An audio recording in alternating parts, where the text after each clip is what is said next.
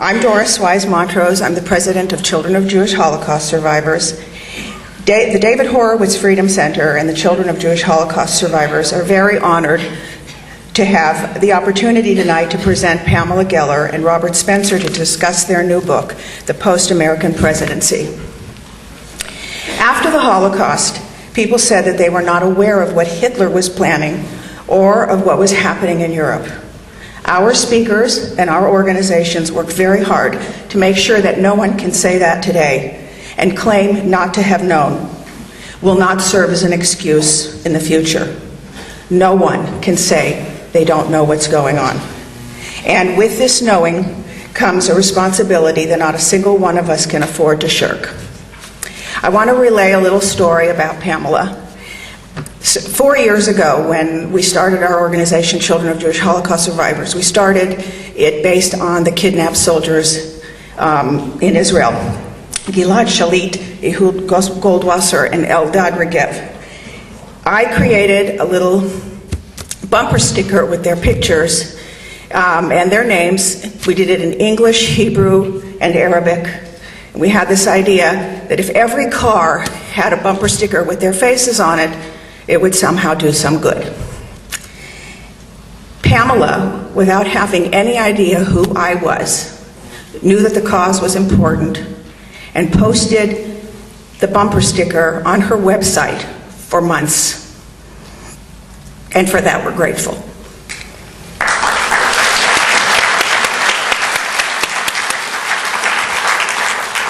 At this time, I would like to bring up Michael Finch of the David Horowitz Freedom Center, who will introduce our speakers. Following their talk, we will have a question and answer session.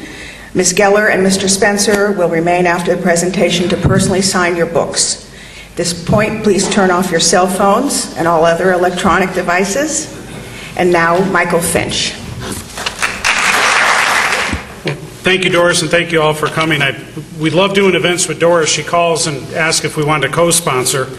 So we get our name on the sign. She does all the work. 300 people show up, and everything's easy for us. So thank you, Doris, for all your hard work. And I didn't tell Doris I was going to say this. She would probably tell me not to, but her organization is a nonprofit. We're a nonprofit. Many of you in the room support both organizations and the important work that we do. So I know many of you are already supporting us, but please think about Doris and her organization. She needs all the help you can get. You help by coming here tonight, but keep her in mind and her organization in mind when you do your charitable giving. She does really critical work. I want to introduce two extraordinary people and great resources for our fight for freedom, Robert Spencer and Pamela Geller. Robert Spencer is the editor of JihadWatch.org, a program of the David Horowitz Freedom Center. He's a New York Times best-selling author of a number of books on Islam and Muhammad. He is, I think, the world's most renowned expert on the religion of Islam, someone that we desperately need to listen to. And Pamela Geller is the founder, editor, and publisher of AtlasShrug.com and is a regular columnist for Andrew Breitbart's Big Government and Big Journalism and the American Thinker. Pamela and Robert have joined forces and, in addition to everything else they do, have formed an organization to stop Islamization of America, very important. They've been very involved in the Stop the Mosque at Ground Zero and a number of other important causes.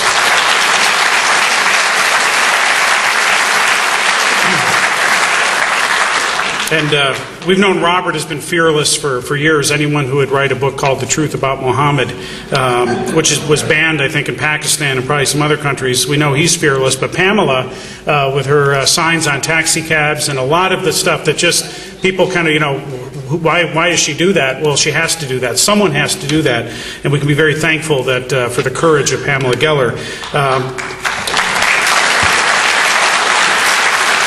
So with that, Pamela is going to speak first. She'll speak, and then Robert will come up after Pamela, and then we'll have enough time for question and answers. So let's give Pamela Geller a good round of applause. Thank you.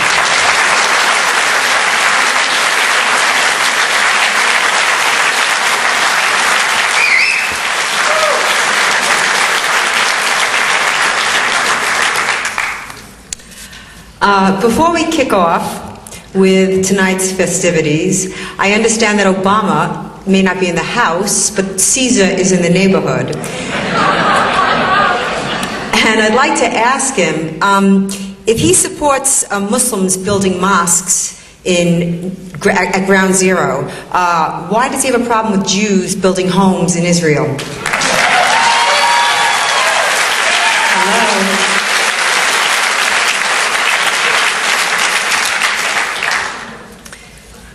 Hello. America is being tested in a way that she's never been tested before.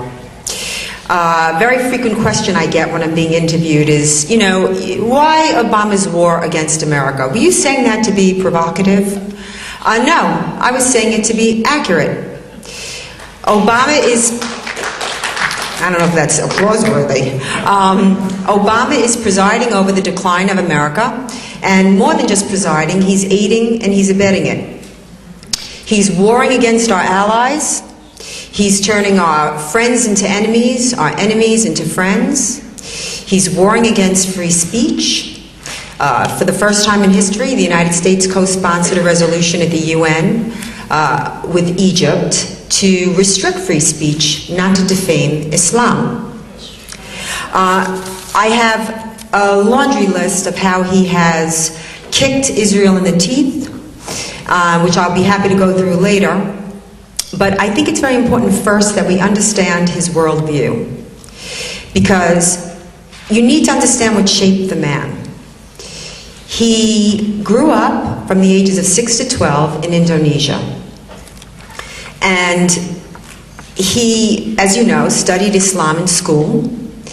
And he has a third world mentality. And I don't say that, again, to be controversial. It's a matter of fact. The thing about America is, you had to have grown up in America to get America. America is not a race, a creed, a color. It's a shared value system. And America is the most noble experiment in human history, the most magnificent experiment in human history.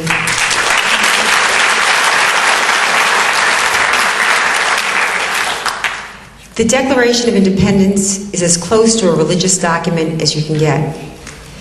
And the premise, the founding principle of America was individual rights. And we have a president who is essentially a collectivist. He's warring against free men. Every nation that shares our values is an enemy. From the most obvious, of course, Israel, to Honduras, where we witnessed a Chavez-backed coup, where Zelaya tried to make himself, president for life. They found in the computers in his castle the election results before the election took place. There was an organic democracy at work. Went before the Supreme Court, Joint Chiefs of Staff, and they ousted him, and rightly so. And Obama backed Zelaya. Obama withdrew missile defense from our allies in Eastern Europe. The world is scrambling. The world is scrambling because the world, Plato said, the world is in a state of chaos, and that peace is a parenthesis. And this is true. Obama is anti-Platonic. He believes that the world is naturally a peaceful place. And if he saunters into the room with that $1 million smile, they're just gonna fall over themselves, and all the bad guys are just gonna, release themselves of their evil intentions and just, bask in his glow. But it's not funny, because we're living off the fumes of post-World War II, where America was the benevolent cop on the beat. And the benevolent cop has walked off the beat. And it's very dangerous because here, as you know, Ambassador Bolton said Israel has 6 or 7 days to bomb Iran. Now, I don't know if Israel can bomb Iran without America. Now, we can all have this conversation between ourselves. But these are very, very frightening questions. And we should never have gotten to this point. This is a conversation we should never have even had. Last summer was a gift when the people of Iran stood up and met bullets and bricks defiantly. If one man, one vote, that's what they were marching for. It's what Bush was waiting for. And he stood by. He stood by and did nothing. And silence is assent. He backed the malacracy. And worse still, we're hearing that Obama is going to sit down with Ahmadinejad. He's going to talk to him.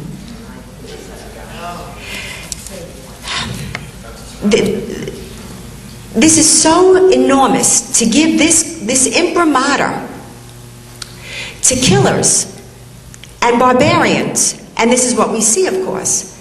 Look, let's look at the Lockerbie bomber, for example. He said he didn't know anything about it, and that was the biggest attack on civilians in American history at the time. And of course, we find out 2 weeks ago in the British newspapers that he did sign off on it. So you have to ask yourself, whose side is he on? Whose side is he on? And in this book, which, by the way, I researched for 3 years, and I was really crestfallen when Jerome Corsi wrote his book, because I was like, that's my stuff. But I'm sort of glad, because I would have come off as some right-wing, anti-Muslim, Islamophobic, racist bigot.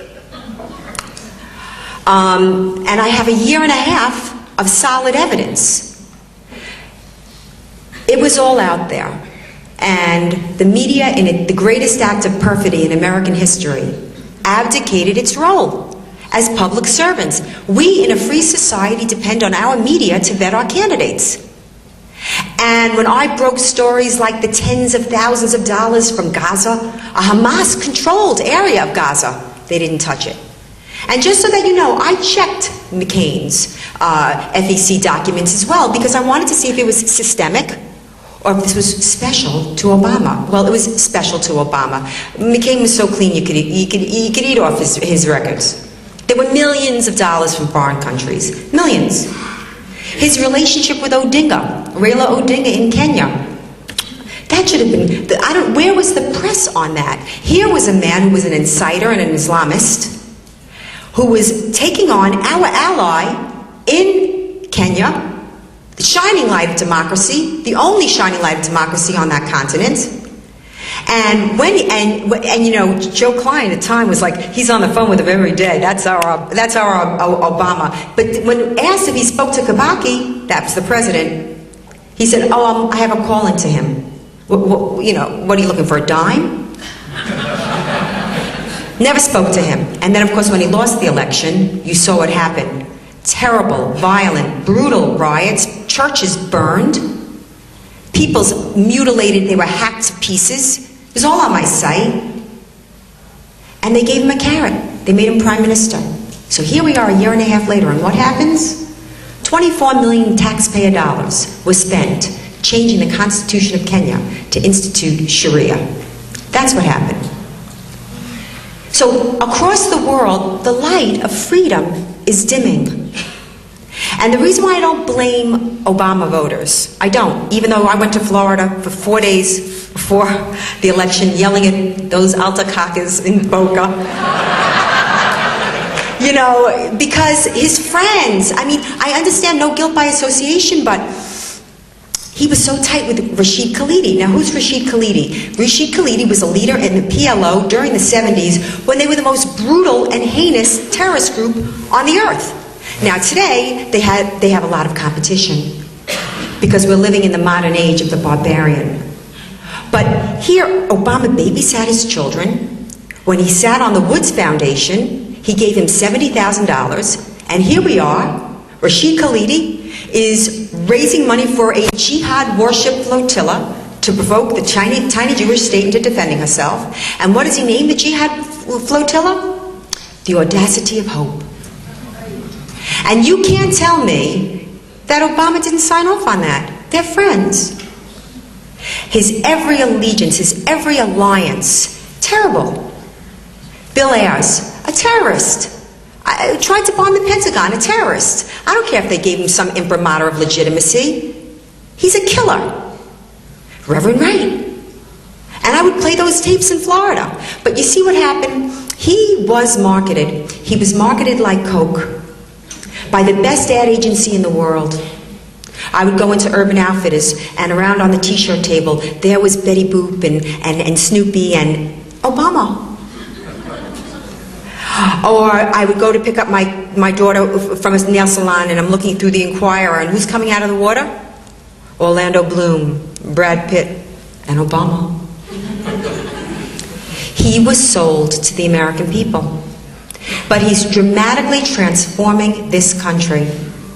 And not just on a national scale, it's international. Understand that I called it post-American because Obama is working towards a world in which America is not a superpower or a moral authority, just another among many socialist nations. When queried in Europe what he thought of American exceptionalism, he said he believed in it as much as the Brits believe in British exceptionalism, Greek exceptionalism, French exceptionalism. In other words, nobody's exceptional. And that's patently untrue, because the founding principle of this country is individual rights. So what is American exceptionalism? American exceptionalism is individual exceptionalism. That's what it is. It's not some special brew. It's an idea. It's an idea that government equals coercion. Government equals force. Legal force. So you use it only to protect the rights of the individual. Nothing more and nothing less. And everything great that America became, everything noble and just and brilliant, was the logical fidelity to that principle. So you have individualism and you have a collectivist president. When I was going through the documents from Copenhagen, you remember the Copenhagen conference, where it was this huge conference where they were all going to sign this global warming junk science treaty. But if you went through all the documents and you parsed through all the documents, I will tell you what it was, essentially. It was redistribution of the wealth on a global scale. The two recipients being the Muslim world and Africa. Now, his obsession with the Muslim world is very troubling. First, because he denied his Muslim upbringing. His grandmother was a Christian in 2008, and then she was a Muslim all her life in 2010. During the election, you weren't allowed to say Barack Hussein Obama. If you said Barack Hussein Obama, you were a racist, Islamophobic, anti-Muslim bigot. You couldn't even use the H. And yet, as soon as he takes office, first thing he does, gives an interview to Al Arabiya television, I'm Barack Hussein Obama, and starts to laud his Muslim family members. Look, I don't have a problem with that, but why the dishonesty? Why? Why, after he nationalized the banks, was the U.S. Treasury Department giving seminars in Sharia finance? Why would he go over to Cairo, Al-Azhar University, the leading Islamic university in the world, where they issue the fatwas against the apostates like Rifka Bari, and say that the violation of women's rights is just as egregious in America as it is in the Muslim world? He's in Egypt, where 96% of the women have been clitorectomized. You got that? He shuts down the Challenger program, the space program, and redirects the efforts of NASA to the Muslim world. What is that about? First of all, where do I begin? NASA, the N in NASA is national. Second of all, it's our best space technology. What are you giving away, and to whom? To which of our enemies? Then he said, now, he's a backpedaler, as you could see with the mosque. We'll get to that in a minute. He said, this was policy in February, because I wrote a couple pieces about it in February 2009. I called it Obama's Stone Age. But when his science czar was on Al Jazeera, saying that NASA was now going to redirect their efforts to extol the Muslim contributions to science, I guess they must have nothing to do. I know the zero. The zero was, no, it was pre-Islamic India, but why split hairs? Everything was with conquered lands. I mean, let's stop the nonsense.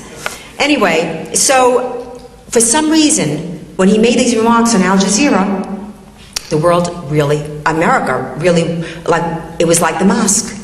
It's like the Ground Zero Mosque. All of a sudden, it's like somebody kicked you in the head. You're like, what? And he backpedaled. But it's policy, believe me. The day before yesterday, the U.S. Treasury Department issued a statement on their site, the U.S. Treasury site, urging Muslims to give their money to zakat. Zakat is charity, 10% mandatory under Islam. And we know that zakat funds jihad. And what is the U.S. government doing, telling the Muslims to give zakat? And why is he always addressing the Ummah, the Muslim world? I mean, we're not supposed to buy into that whole global Islamic thing, right? So it should be British Muslims and English and French Muslims. No, he's always addressing the Ummah. Again, to the detriment of Israel. Now, this makes sense, because if you've read Robert's books, or you've certainly the world's leading scholar on Islamic anti-Semitism, Bacheyor, Jew hatred in Islam is in its DNA. It's in its nucleus. It is what it is. From the very first tribe, the Jews of Medina, who were slaughtered, the entire tribe, after they surrendered, the men and the children were beheaded. All through, Khaybar, Khaybar, weren't they chanting that on the jihad flotilla? So it's not about land, and we're not going to have this conversation, but it's not about land, because there were Palestinian Jews and Palestinian Muslims in Palestine before 48. And believe me, there were plenty of pogroms before 48 in Israel. In 21, led by the Mufti of Jerusalem, 1921, 1929 Hebron, led by the Mufti who was an officer in the Ottoman Empire army, was an officer in the Armenian genocide. The Mufti, who was like this with Hitler and Himmler, lived for 5 years in the lap of luxury in Berlin, was responsible for the death of 400,000 women and children, Jews, who were supposed to go to Palestine. He redirected them to Auschwitz. Why is Islam's role in World War II whitewashed? I'll tell you why. Because you are not allowed to speak ill of Islam. Gerrit Wilders is on trial in the Netherlands. Why is Gerrit Wilders on trial? What he's saying is the truth. Well, according to the Dutch court, they said, it doesn't matter if it's the truth. It's that it's against the law. And the reason why these are very important distinctions is because you have a president who is relinquishing American sovereignty to international law. And who is driving the international bus? Why? I'm glad you asked. The OIC. The OIC is the Organization of Islamic Conference. The Organization of Islamic Conference is a body at the UN that has 56 Muslim countries plus the Muslim-occupied areas of Israel. And they are driving the bus. That's why every resolution is against the Jews. You never hear anything about the jihad in Sudan. That's a jihad, by the way. Those 2 million, that was a jihad. Or the jihad in Thailand, or the jihad in the Philippines, or Beslan. You ever read the story of Beslan? That was the most, I can't describe it, the most egregious, the most brutal, the most horrific crimes against those children, what they did to those children, with those electrical, what they did to those children, and again, whitewashed. The media whitewashes. And what do you have now? You have a president who, during the Fort Hood jihadi, here you have a guy who not only came out on grand rounds as a jihadi, he made a PowerPoint presentation that I use when I'm speaking because it's so succinct and right on. It is, it's perfect. He gave out business cards that said soldier of Allah. He was wearing the dress of the Shaheed. He was giving out Qurans the morning of his jihad. And yet in the Pentagon's report, they said we will not address religious motivation. We will not address religion. And they never did. They never mentioned jihad. They never mentioned Islam. Nothing. Then it didn't happen. Then it didn't happen. The Christmas Day bomber. Also, Mayor Bloomberg. It was one of them crazy Tea Party hits. That's what Mayor Bloomberg said. Yeah. And what's very, again, it's because in the media, you cannot speak about Islam. You cannot. It's the Sharia. It's self-imposed Sharia. This is what we're witnessing. It's very, very dangerous. When you look at 9/11, who was the go-to imam after 9/11? Anwar al-Awlaki. That's where the Washington Post went. That's where the New York Times went. That's where everyone went to. So tell us about this religion of peace.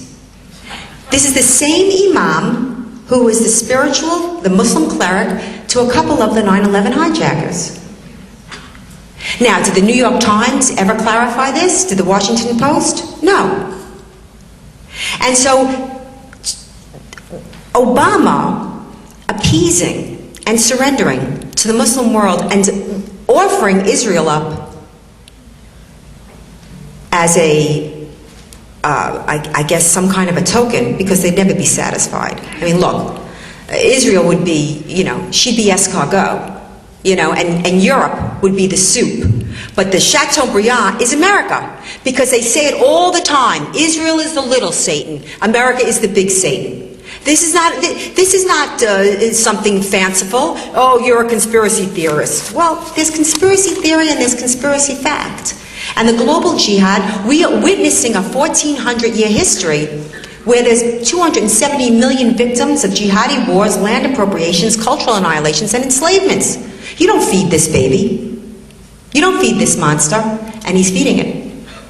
And I think that he's going to offer up Israel. We know that he's secretly negotiating with Hamas.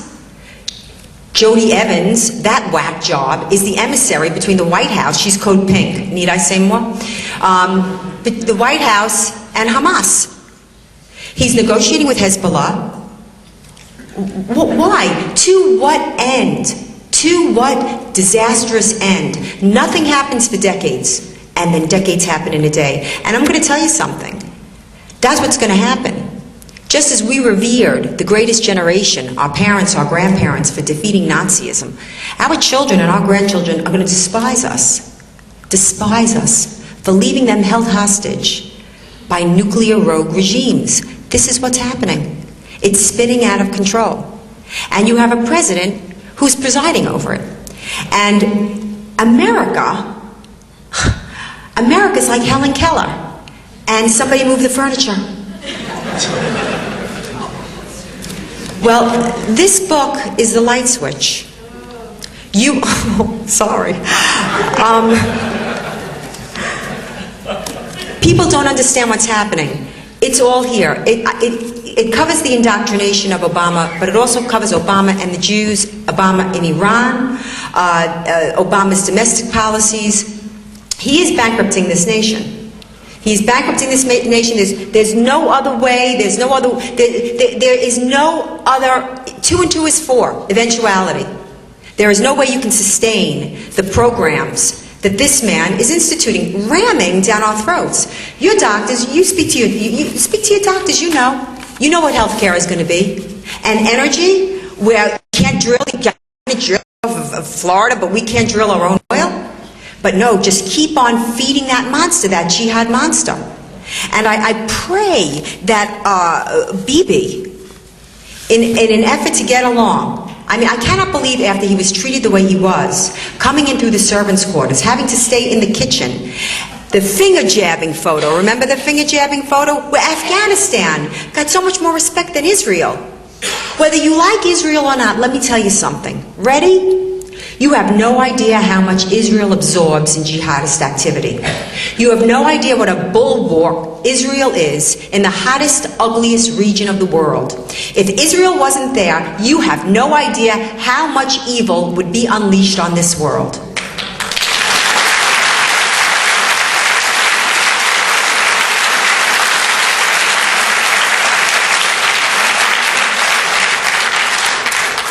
I think I'm going to turn over the mic to Robert a little early because I have a feeling you're going to want to talk about the mosque.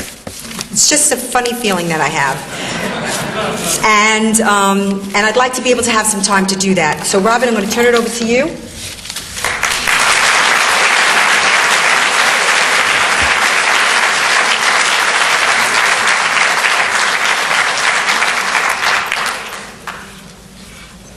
Just last week I was doing some calculations, some finance, and discovered that Obama's free health care program is going to cost me about $10,000 a year. So that's kind of an indication of what we're all facing, and of course we all could have seen it coming. A lot of people ask me all the time, do you think Obama's a Muslim? And I think, well, you know, after all this, you're still wondering? But really, ultimately, in all seriousness, we don't really know the answer. He hasn't called me up and told me. Maybe he'll still drop by tonight, but we don't really know. But we do know one thing, and that is that if he is a secret Muslim who is working hand in glove with the Organization of the Islamic Conference, as Pamela explained, to further the Islamic supremacist agenda in the United States and around the world, or if he's just a useful idiot, in either case the effect is the same. Everything he is doing is consistent with his being in line with that agenda. And so, whether he is or isn't is really immaterial. He is furthering that agenda now. And he's doing it in all these different ways that Pamela outlined. It's a war on America in very real ways. He's, of course, at war against American principles. The resolution with Egypt that he's co-sponsored, had the United States co-sponsor at the United Nations. I don't know if you heard about that, and you can read about it in the book. And I thought that I would expand a little bit on what Pamela said about it, because it was not reported widely. But what it said was that the member states of the United Nations ought to work to criminalize religious hatred. Now, of course, all of us are against hatred. I would guarantee that, even though I haven't met all of you. I doubt there are any pro-hatred people here. And criminalizing hatred sounds to the thoughtless, as Evan would say, to the liberal, to the leftist, to the stupid, it sounds like a great idea. Well, we're all against hatred. Let's throw the haters in jail and that'll fix it, and then they'll only be lovers out here in the free world.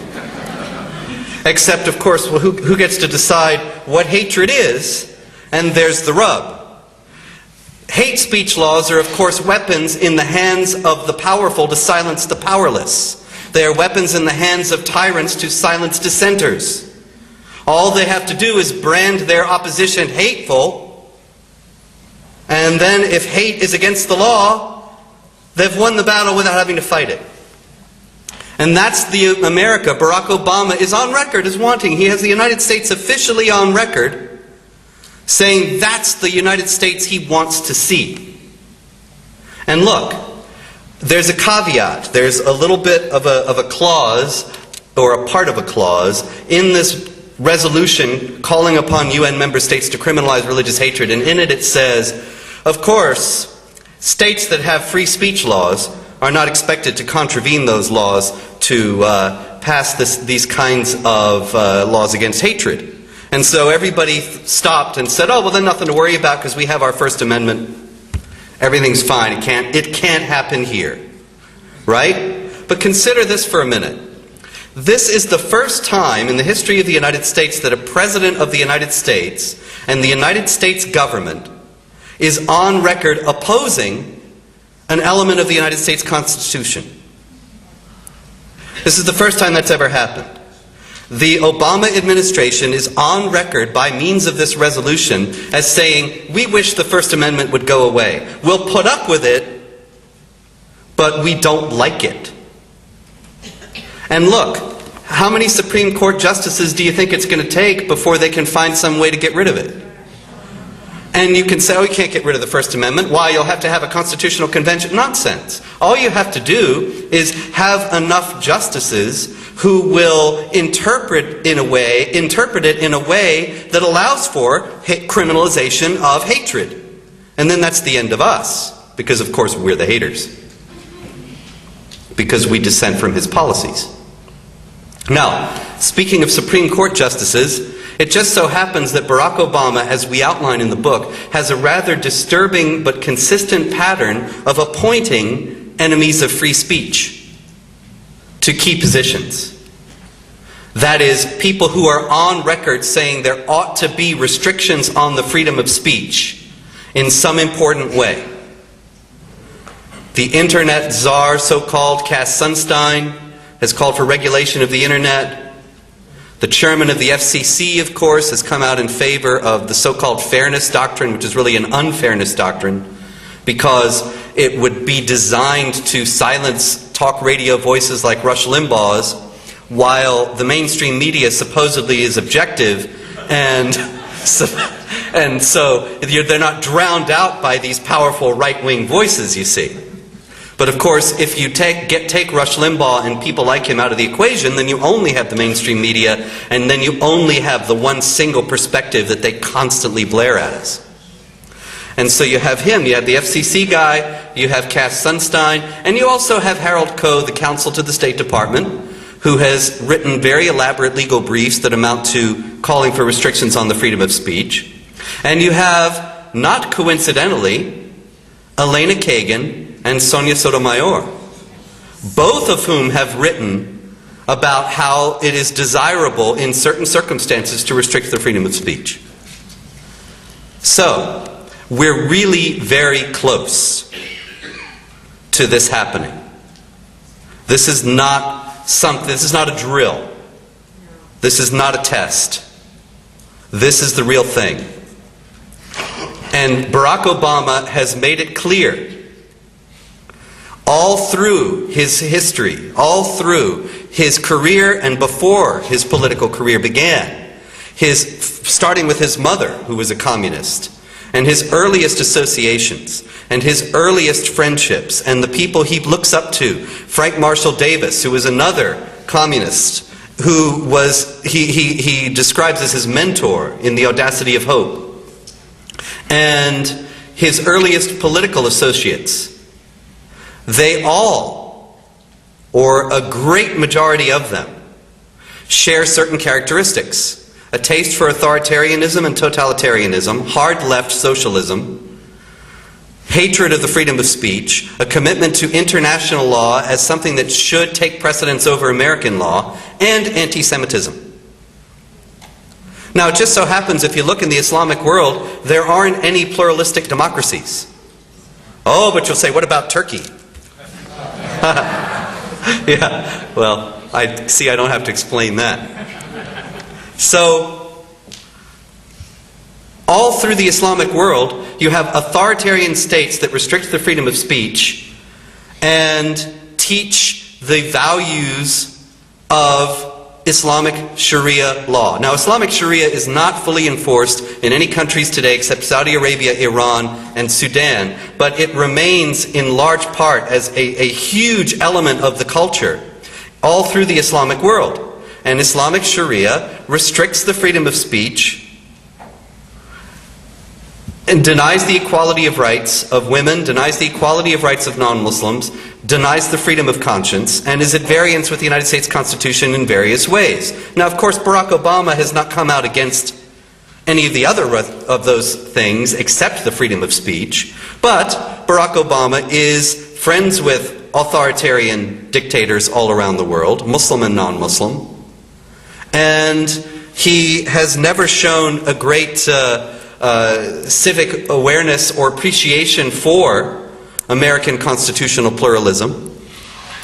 And so where is this tending? Well, we could have seen it coming all along. And I know now, having worked with Pamela on this book, that she did see it coming all along, and saw it coming before most people, as a matter of fact. And it's all documented in the book. It's something that really we should have all seen coming.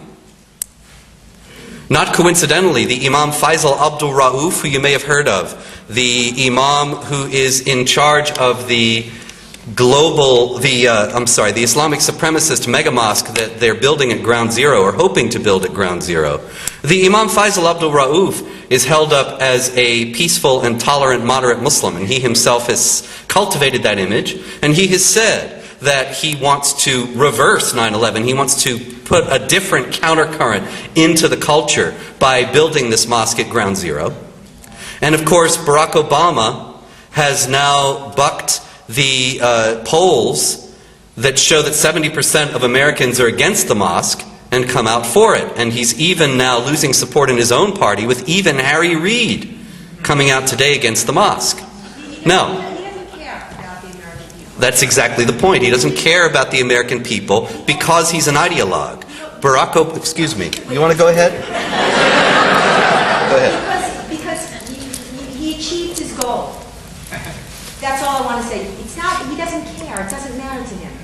You served your purpose. You got him into power. It doesn't matter. Everyone says, the polls say, just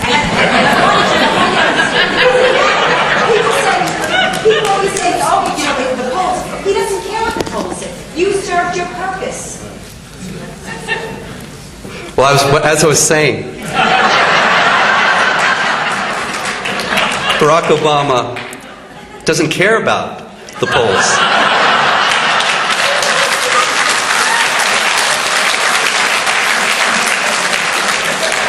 Because, you see, he's a committed ideologue. And what he cares about is what he's believed in all along. And what we should have known he believed in all along. And what was obvious from the start that he believed in all along.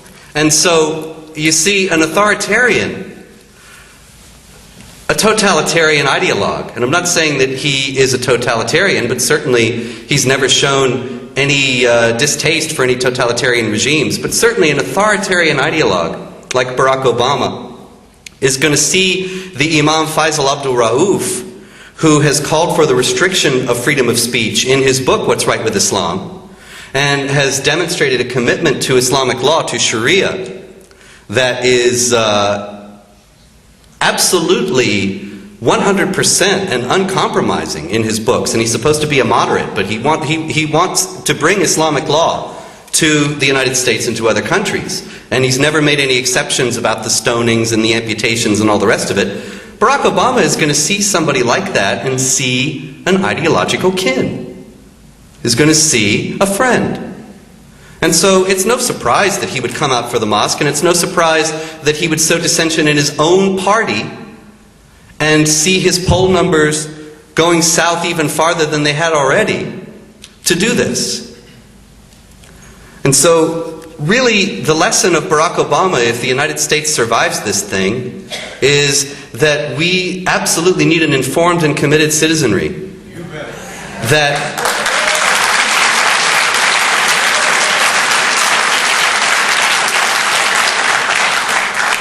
That no longer accepts the half-truths and the lies and the distortions that the mainstream media tells us.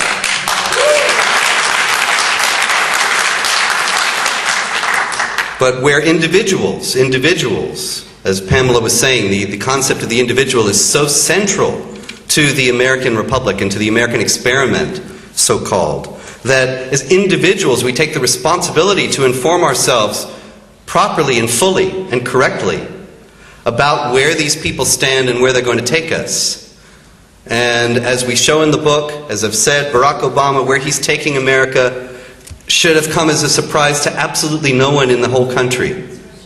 And now it is up to us to try to stem the tide and stop him from doing what he wants to do and has always wanted to do before it's too late. Thank you very much.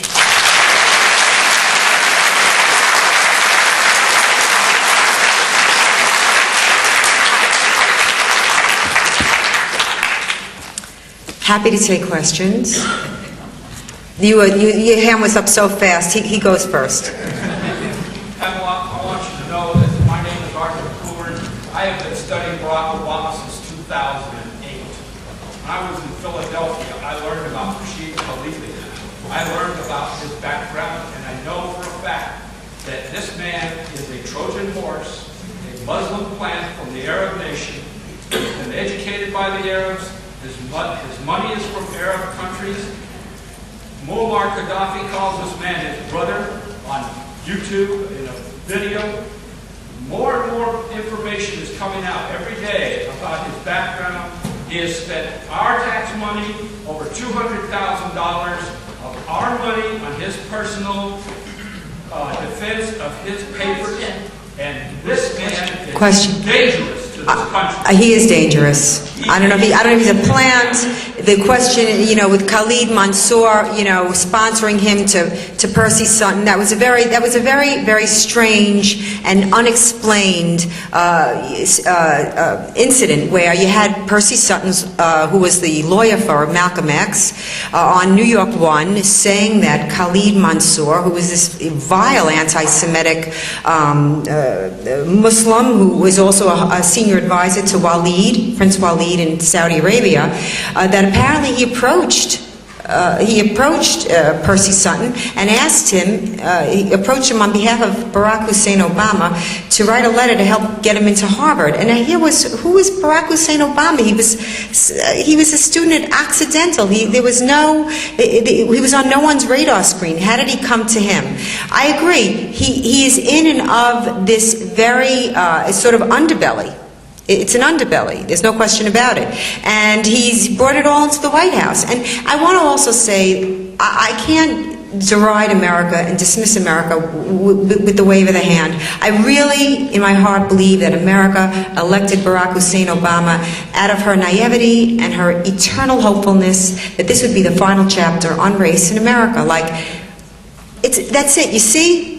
No other country could do this. No other country would do this. We did it. We don't see color. You know, they thought they were closing the book on fringe characters like Louis Farrakhan, who he's friendly with, and Reverend Wright, and so on and so forth. Let alone they never imagined they were electing their candidate, which is what they've done. They're mainstreaming the worst incitement and the worst demagoguery in the nation's history, I think.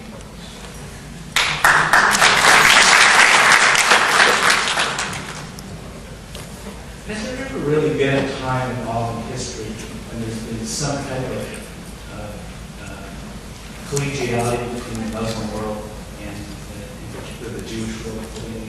Or is it all just a big lie? Yes, of course, when the Jews are either dead or dhimmied. I mean, the collegiate, I mean, Robert can speak to this as well. I mean, as long as you're living under a Pax Islamica, as long as you're living in a Muslim country and you're paying the exorbitant tax of the jizya, and you're treated as a subhuman with denied basic human rights, and in each country, the way you're treated, each country did their special humiliations in their own special ways.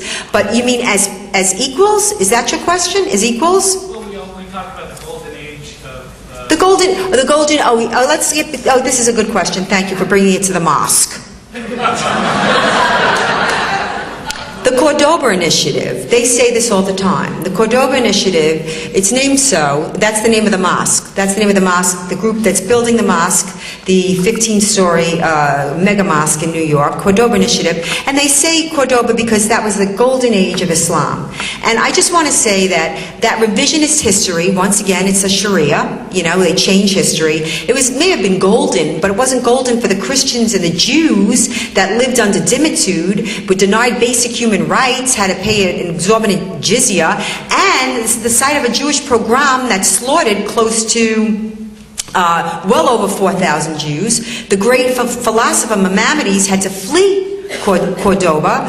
The Caliphate of Cordoba was installed in, the Muslim armies invaded in 711. Yeah, in 711. Not the store.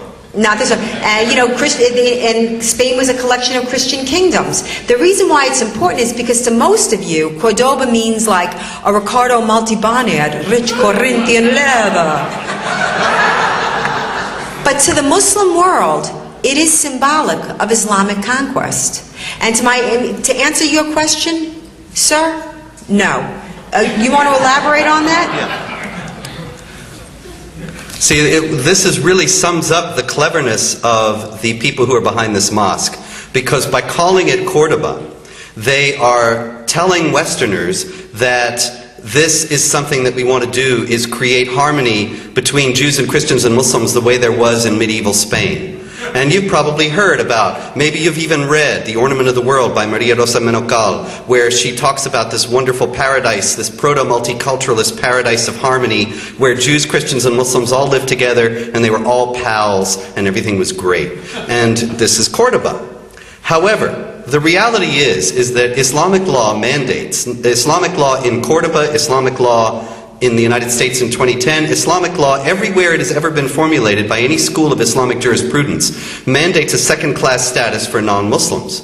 And they have to toe the line. They have to accept various institutionalized forms of discrimination. Now look, every law, every system of laws, sometimes people don't pay any attention to them, sometimes they're relaxed, sometimes they are set aside. Well, in the Islamic world, these laws have never been set aside. They are still part of Islamic law, that Jews and Christians in the Muslim state have second-class status. But sometimes laws are relaxed. And there was a time in medieval Spain when they were relaxed to some degree, but not in the sense that ever Jews and Christians had equal rights with Muslims. But there was one time that I think is very important, because Pamela mentioned the pogrom of 4,000 Jews being killed in Granada in 1066. It is very important to know why that happened. The Muslim ruler of the area installed a vizier, kind of a local official, the mayor of the town, sort of, a Jew. And because Islamic law forbids non-Muslims to have authority over Muslims, the local Muslims rioted because this Jew was now in charge, appointed by the Muslim ruler. And they rioted and killed 4,000 Jews because they knew what Islamic law said, and they weren't going to put up with it being ignored. That's the paradise of multiculturalism that Muslim Spain was. And so the point is, Muslims know this. In the Islamic world, they know what Cordoba is all about.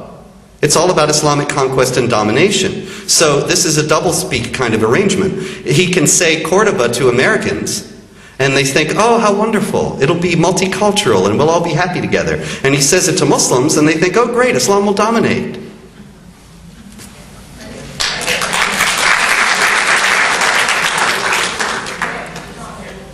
Pamela, I have a question for you. So how do us 18-year-olds or people who are younger or starting off in college or entering university, how do we talk to our fellow students in school and influence them and persuade them with the proper facts, because they're being bombarded with total BS from the media? How do we do it? They don't listen, so how do we do it? No, they don't listen, and they've been brainwashed, and their brains have been marinating in this leftist toxic ooze for, I guess now, since kindergarten. It's very, very problematic. Frankly, many, if not most of them, are hopeless. I'm sorry to say that, but that's just the way it is. And we have to deal with concretes. We can't deal with the fancifulls or the assumptions. We have to deal with the concretes. We don't need everybody. We don't need everybody. We need a third of the people. If there are people like you on campus, you have to become more active. You have to ask people to speak there, like Robert or myself. And you're going to take a ton of heat for it too. But it doesn't matter, because if you change somebody's mind, if somebody sees the light, then you've saved a whole world. It's like when I did these bus ads for the apostates, and I got so much crap from the media on it, because it was offensive to Islam. I don't know, why is it offensive to Islam? The ad said, leaving Islam? Is your family threatening you? Is there a death threat on your head? Go to refugefromislam.com. So I'm telling you, I was all over the media because of these bus ads, because it offended Muslims. And I said, first of all, I don't believe that it offends Muslims. Because I believe that Muslims in America believe in religious liberty. I believe that it offends the Islamic supremacist organizations that speak for the American Muslim, like CARE and ISNA and ICNA, all Muslim Brotherhood fronts. And the bottom line is when they said, why are you doing this? Why go through all the trouble? I said, if I save one life, if one girl is saved, it's worth all your nonsense. But this goes to show... But it goes to show you just how sick the society is, that I run these bus ads. Now, they have run all these bus ads proselytizing for Islam all across America.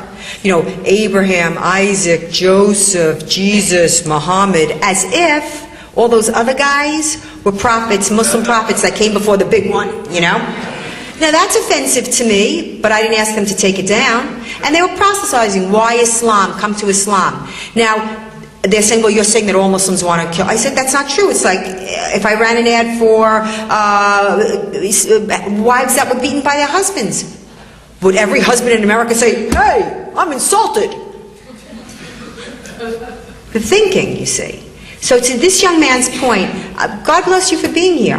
The thing that I notice is when I go to speak is that there's not a lot of young people. And I think that that's part of the indoctrination of public schools. I strongly recommend people either, if you can't afford it, and it's, you know, this is the school voucher thing. They literally keep a good education out from the poor, because if you have a couple of bucks, you're going to send your children to a school. You're going to do without. You're going to do without, you're going to send your children to a responsible school. And if you don't, then you're going to homeschool. And I'm telling you, that's the way it has to go. Because those are factories now for robots. It's frightening, really. The cognitive dissonance that comes out of the fact that the people who obey Allah often live very miserable lives, that's when they start blaming the Jews. But ordinarily, the theory is that if you are a real pious, hyper-observant Muslim, then you're going to get rich. And so it's a certain signal, in a sense. It's a sign of their piety. Many people say that Obama is going to be a one-term president. I hope so. In my opinion, we are not going to get rid of him after 2 terms, 3 terms. He is going to be just a Castro, Chavez, or anyone of those people. Listen, he doesn't believe that Obama, I am. Doesn't believe that Obama is going to be a one-term president. He thinks he's going to be a 2-term, 3-term. Okay, I just want to say something. There's no room for hopelessness in this room. Do you understand me? I'm telling you something. We are Americans. We're like no one else in this world. In our basic DNA, the nucleus of every American is freedom. A basic freedom. A fidelity to freedom based on individual rights. And I don't believe for one second that America is not going to go down without a terrible fight. Now, how bad is it going to get? That I can't tell you. But I can assure you that, look, you have to look at it pragmatically. What is the problem? Identify the problem. Once we identify the problem, what are the solutions? I can tell you that in writing this book and being a daily observer of the scene, 24 hours, 365 for decades, I can tell you, first of all, we witnessed something that was never seen before in the modern age. From a historical perch, we witnessed millions of Americans get up out of their comfort zone, okay, and march on Washington, marched on their senators' offices and their congressmen's offices. Now, they were ignored. I understand that they were ignored, but it doesn't stop there. Not only were they ignored, the whole of them were demonized. Like, let's say, Robert and I are always demonized, you know, because we don't toe the company line. But the whole of this Tea Party were demonized as bigots and racist, and still they come. So they see that's hollow now. And what's really terrible about all that is the fact that racism, which is an egregious and disgusting and vile thing, is now meaningless. If everyone's a racist, what is racism? So what's the answer? Everybody has to get involved at whatever level you can. I don't care if it means being a poll watcher. I don't care if it means getting on your school board and looking at the textbooks that your children are reading, because you won't believe the history that has been revised in those books. It's shocking. You got to run for your committees. You got to run for you like a candidate? Get out there and support them. You have to remove Obama's hammer in November. I don't care what you're going to say. I don't like the Republicans. It's not a question of liking or disliking Republicans. Listen to me. It's not a question of that. You have to remove his hammer. We can split hairs later. Okay? But I love abortion. What good is an abortion if you don't have your head? Listen to me. One thing at a time. You have to remove his hammer. You talked tonight about America. Please tell me, is Europe too far gone to save themselves? That's what he asked me. Is this for Robert? Yeah. I'm sorry, Robert. Europe's not too far gone because Europe is not Islamic. It hasn't happened yet. Bernard Lewis, the historian, said Europe will be Islamic by the end of this century. But we're not at the end of it. It hasn't happened yet, and that means it doesn't have to. We're not historical determinists. Barack Obama is. We're not. And so the situation is very dire in Europe. Terrible. And I don't see how they're going to get out of it without armed conflict, unless they just surrender. But it's not over, certainly. And that may be that something could happen to avert the armed conflict at this point. I don't see it on the horizon precisely because, with the exception of Geert Wilders and a very few others, there's so few leaders on the continent who are even doing anything to address the problem. And so it just keeps getting worse. But it's not over. It's not, and even if there are Islamic states in Europe, then we start the resistance. Never give up.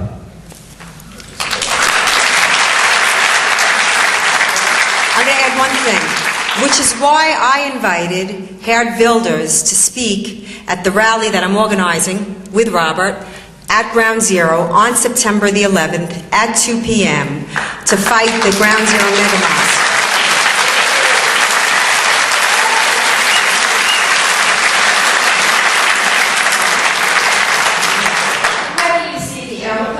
The fall election, and best case, what immediate effect do you think it might have or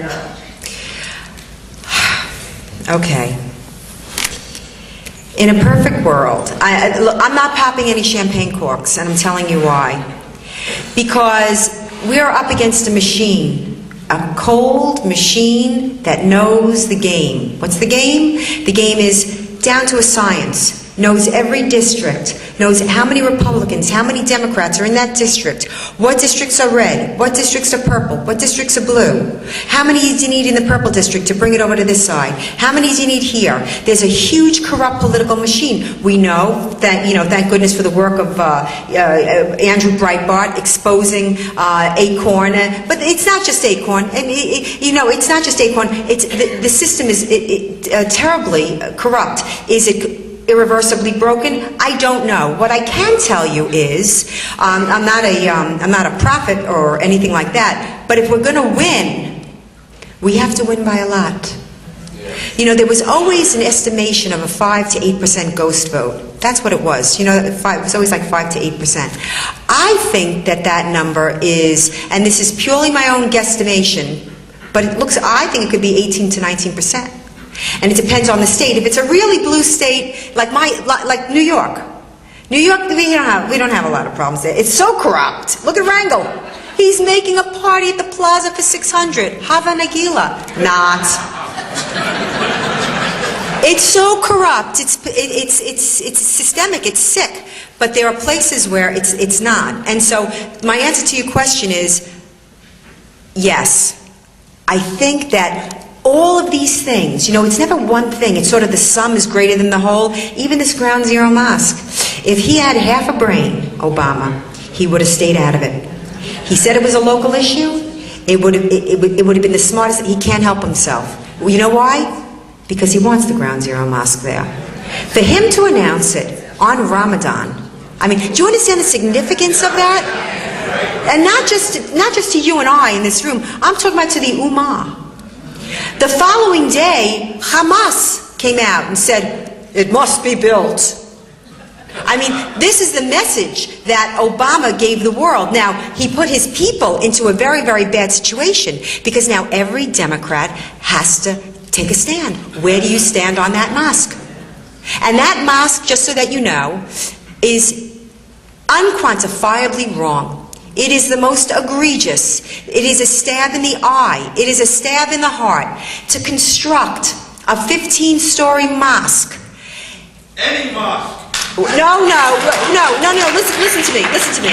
A 15-story mosque on hallowed ground, a building that was part of the attack. When they tell you about religious liberty, this has got nothing to do with religious liberty. Nobody's saying you can't build mosques. Nobody ever said that. This building was hit by a piece of fuselage, the landing gear. It went through and crashed through the building. Why do you think a building like that sold for $4.87 million? And that Daisy Khan has the audacity to say, oh, it was given to us, there was a divine hand in it. Like, oh, Allah brought down the building because of the act of jihad and delivered it to you, Daisy Khan. Is that what you're saying? That building should never, if it wasn't damaged, it never would have gone for that money. If it wasn't damaged, it wouldn't be vacant. It should have been designated a war memorial. To make it a mega mosque is so egregious, and you know, we are always counseled and schooled in this hair trigger sensitivity in the Muslim world, you know? Don't run the Danish cartoons. Don't put Muhammad on Comedy Central. Don't put him in a little Huggy Bear on Comedy Central, or we'll kill you. Lars Vilks' house was set on fire. He's a Swedish cartoonist. He drew a cartoon. Kurt Vestergaard made the cartoon of Muhammad with the turban, and they broke down his front door with axes when he was in the house with his little 5-year-old granddaughter. And when some really naive girl in Seattle, she was a cartoonist, when she heard about the Comedy Central death threats, she goes, well, let's make it Everybody Draw Muhammad Day. Well, now there's a fatwa on her head. Oh, she's plenty scared, huh? She ain't laughing. Is she laughing? It's true. It's true. By Orlaki. Orlaki is the imam to the Christmas Day bomber, the Fort Hood jihadi, the Times Square bomber, and the 9/11 terrorists. That mosque, and you cannot use the government, it's not a religious issue. If there's this hair trigger sensitivity where we can't say these things on TV, we can't report acts of jihad. I report acts of jihad, that makes me an anti-Muslim, racist, Islamophobic bigot. That's what I do. I report on jihad. And yet here you have a whole nation, outcry, pain, grief, not only the 9/11 families, but all of us. We're all 9/11 families. Those families weren't targeted. You were, and I was. We all were.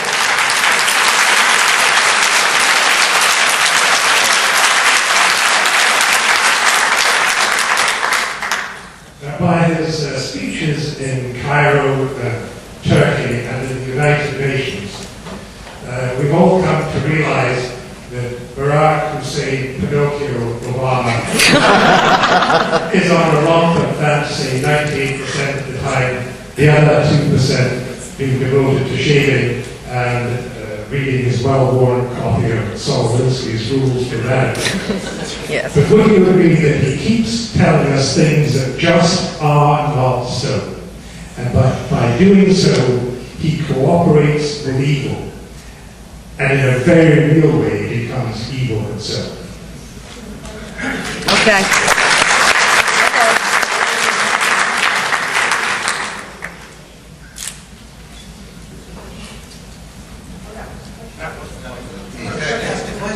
For the young man, and those of us who really haven't studied this very much, I highly recommend Donna's books, especially the first one, The Political Behavior Guide to Islam. That's the fifth one. To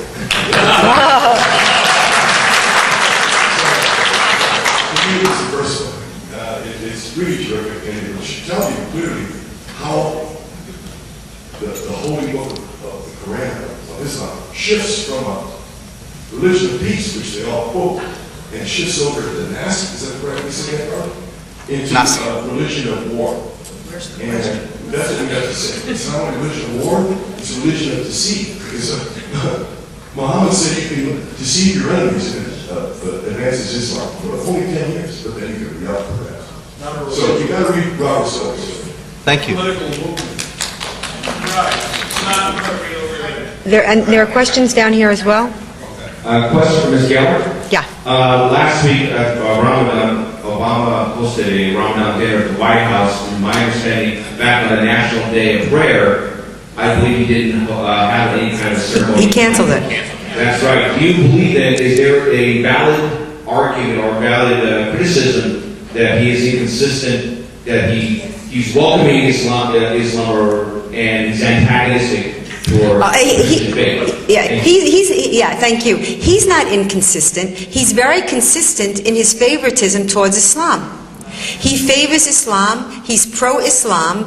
As Robert said, and I've said many, many times, because I get asked that same question, I don't care if he's a secret Muslim. It's irrelevant to me. What would he be doing differently? He's very pro-Islam, and to the detriment of every other religion. Not just Christianity, but Hindus, Sikhs. Did you see the guy from Tibet?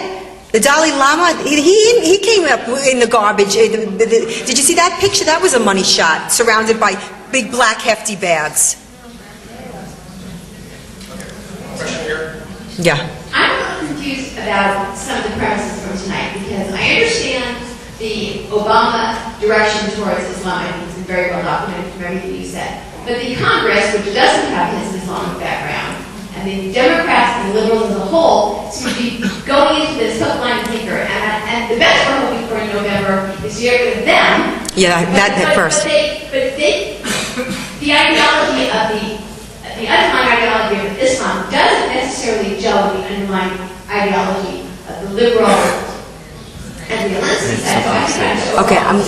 Okay, we both want to respond to this, but let me tell you why it does. It does.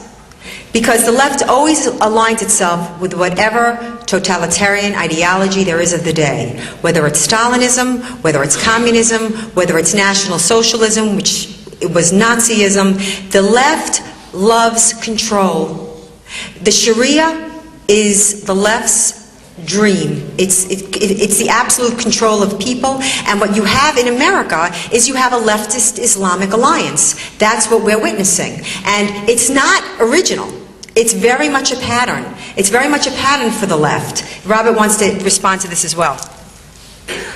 There are really several levels of it. Certainly on a pragmatic level and an individual level, probably the average leftist who is being hospitable towards Islam, and the average congressman who's going along with the Obama administration agenda just thinks that he's being tolerant and multicultural.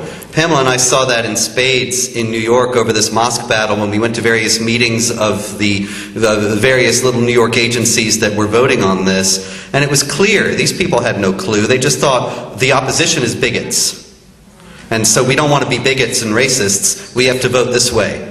And that's probably about as far as most people have thought it out. However, there really is a very deep ideological convergence.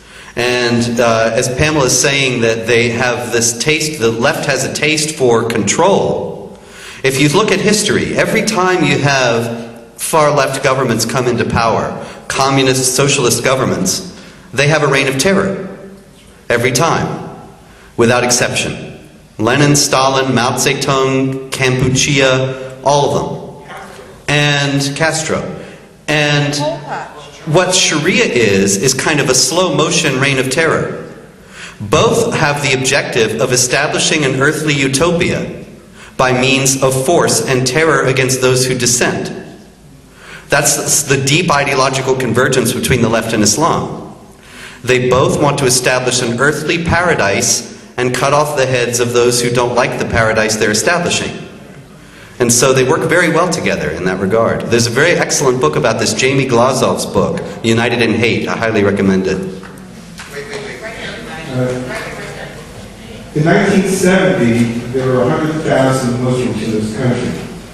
Today, there are 9 million.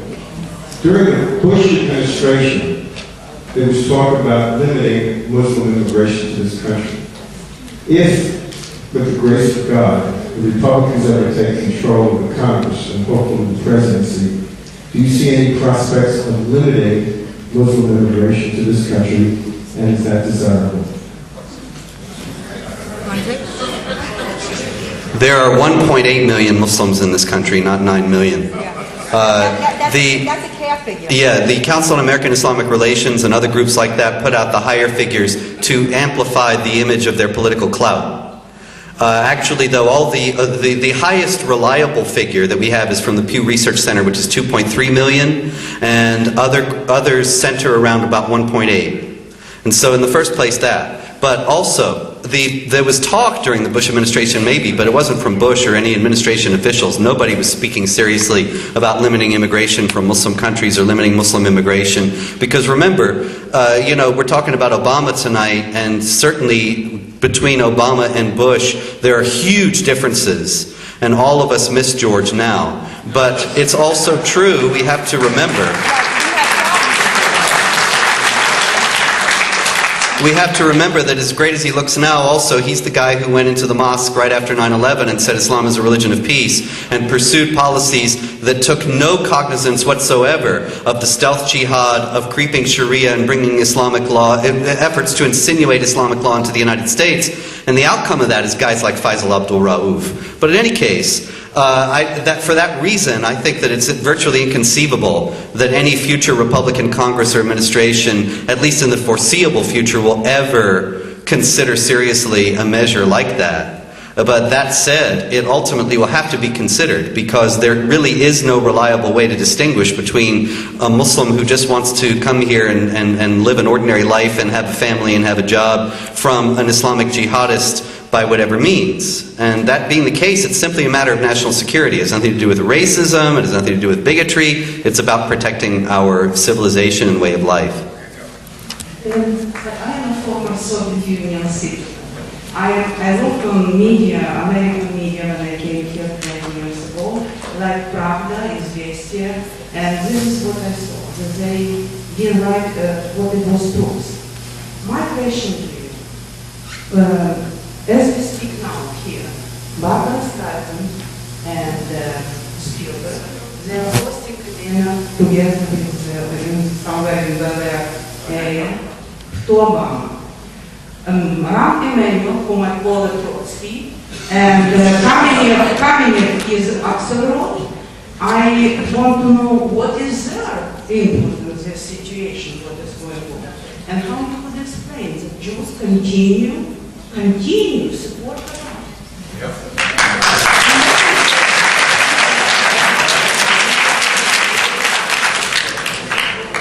Because it's not a religious issue. Left-wing Jews are married to their dogma. They worship at the church of human secularism. It's not about God. It's about politics. Politics is their God. So when you say, how could a religious, they're not religious. If you look at the religious Jews, they're overwhelmingly pro-Israel and right-wing. But it's a fact. They worship at liberalism. It's not Christian versus Jew. It's communism versus individualism, and they're not individualists, which is a tenet in Judaism, really. But that's for another day. So to your point, it has nothing to do with Judaism. I don't care what womb they were born into. It's irrelevant to, by their fruits ye shall know them, and so we know them. Soviet Jews, they were not religious, but they supported Israel with all their heart. And here, when I said to American Jews that Fabian has a flag of Israel, Yeah, she did. Yeah. She answers me, and what do you think about the abortion? How she looks on abortion? Yeah, people can't see past the uterus. That's all I can tell you. I said it before. What good is an abortion if you don't have your head? I mean, listen, when I was 16, I saw everything through the prism of abortion. But let's get serious here. I mean, there are so many bigger issues. That's your deal breaker? Not Sharia, not health care, not energy, not cap and tax, not transnationalism, not international law. But abortion. All right. I'm glad you brought up talking about Israel. My big concern, it's almost the daily headlines. I don't even want to look at the paper. It's Iran. It just seems like every single day there's something new. I almost feel like the current stuff that most of us are talking about, we can probably handle it, but Iran gets the bomb, and it's really all bets are off. The whole global landscape changes. The world as we know it is changed and over. changed and over. I can't imagine that Israel will let that happen because it really is existential. It is an existential threat. And we have seen what Iran does to their own people. If you know the stories of what they did to the prisoners, what they did to the girls, so many girls and men, they were raped to death. I mean, they were slaughtered. These are their people. So imagine what they would do to to not only Israel, but to the West. And we've heard these genocidal statements coming out of Ahmadinejad's mouth since 2005. I mean, relentless. And again, just like with Hitler, he doesn't mean it. He's not like that. He's really a nice fella. He's good to his dog. He's lovely. This kind of stuff. So I agree with the fella. You want to add anything? Islam must dominate and not be dominated. That's a statement of Muhammad, the Prophet of Islam. Islam must dominate and not be dominated. In other words, there is no peaceful coexistence. There is no society on earth today that is majority Muslim in which non-Muslims enjoy full equality of rights with Muslims. There isn't one. You could say, well, Turkey. No, in Turkey, it's very, very hard to get a permit to build a church. It's very difficult for Christian missionaries, whatever you think about missionary activity, if it's allowed for one religion and not for another, then those groups are not equal before the law. And in other states where non-Muslims enjoy a certain measure of a certain standing, at least before the law, there's a glass ceiling, and there's discrimination. There's a quiet kind of discrimination so that they can't rise to the economic or social level that Muslims do, like in Syria and Egypt and Jordan. Now, that said, the idea of moving Greenwich Mean Time to Mecca time is all of a piece with that kind of idea, that Islam must always reign supreme. And Muslims must always be greater than non-Muslims, and the non-Muslims must always be subordinate. And so if there's peace to be kept for the whole world, then that's obviously got to be a Muslim thing. I don't know what you mean by that. What apply to Indonesia? The what? Yes, certainly it applies to Indonesia. In various states, the fullness of Islamic law is not enforced. But that doesn't mean that, like I say, there is no state on earth where non-Muslims enjoy full equality of rights with Muslims. And actually, Christians have been persecuted quite a bit in Indonesia recently. If you read my website, Jihad Watch, at jihadwatch.org on the web, then you will see many, many stories recently about Christians being persecuted in Indonesia. And so certainly it applies there. Now, as far as the Sharia finance, that's all the same thing too. See, if Islam must dominate and not be dominated, then we have to accommodate Islam. We have to accommodate its particulars. Where our customs and mores and laws differ from theirs, who bends? We do. If you go to a Muslim country, you have to conform to the practices and the customs and the culture of the country you're in. And if Muslims come to the United States, we have to change our customs and mores and practices to accommodate them. In both cases, we give, because Islam must dominate and not be dominated. And so Sharia finance is all of a piece with that. Sharia finance is the idea of not charging interest, because that's usury, and the idea of not doing business in pork and in various other things that are in contradiction with Islamic law, alcohol, and so on. And so it would very much transform the American economy, and the financial sector is bending over backwards and rushing to establish Sharia finance boards and to change the way that they do business in order to accommodate Sharia finance. And to bring this back to our subject for tonight, one of the first things that Barack Obama's Treasury Department did was hold a seminar on Sharia finance and its virtues. And so these things all go together. And will his health care plan allow for female genital mutilation? I don't have any information on that whatsoever. And so I'm purely speculating, but it's not an absurd question. Because if we establish that we have to accommodate Islamic practices, and that is already being aggressively established in the United States, then what's to stop it? And I'll give you an example that is tangential but very much related. you may have heard, and if you read Jihad Watch, you would have already know, that recently in New Jersey, there came before the court a case of sexual assault that involved a husband and wife. And the wife was accusing the husband of sexual assault. They were both Muslims, and the judge in the case said, well, he's not going to charge the man with sexual assault because in his way of thinking, a wife can't refuse sex to the husband, and so he was perfectly within his rights because Muhammad said that. And it's against Islamic law. There is no excuse under any circumstances for a wife to refuse the husband in this way. And so if he beat her for doing that, well, that's allowed in the Quran too. But this is a judge in New Jersey saying, because Islamic law says this, I'm not going to charge this guy according to American law. And so if that can happen, can we have FGM in the health care bill and paid for by tax money? Why not? Can I just add something? The American Academy of Pediatrics recently had had passed a policy change where they were going to nick the clitorises here in America. And this article ran in the New York Times. It wasn't a big nick. I mean, what's big enough?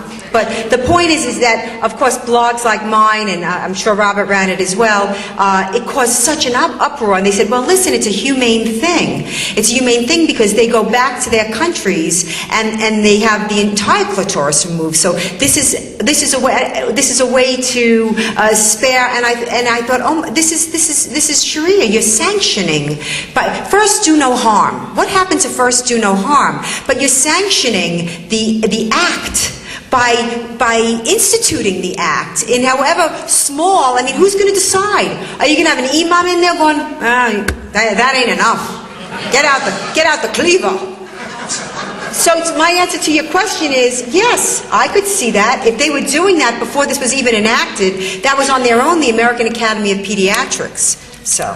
This is the last question, and then after we finish with this one, we can all go outside and Pamela and Robert will. Happy to. This is very when you go around speaking, you get like what I'm about to tell you. I'm from Orange County, and we have La Gaza, we have Hamas, Hezbollah, we have a mosque that's producing radical Islam. In my neighborhood, I've been looking, I walk a lot in the neighborhood. There's so many Sharia compliant Arabs, family included, and everywhere I look, I'm starting to see now Sharia compliant young Arab men, and I'm just wondering if you go around the country and you're starting to have people saying that they've been living in the community for a long time and now they're starting to be filtered by Arab families in the community. Muslim families. Muslim. They're not secular, okay? Are they covered? Are the women covered? Yes. You can tell the health of any society by how many covered women there are on the street.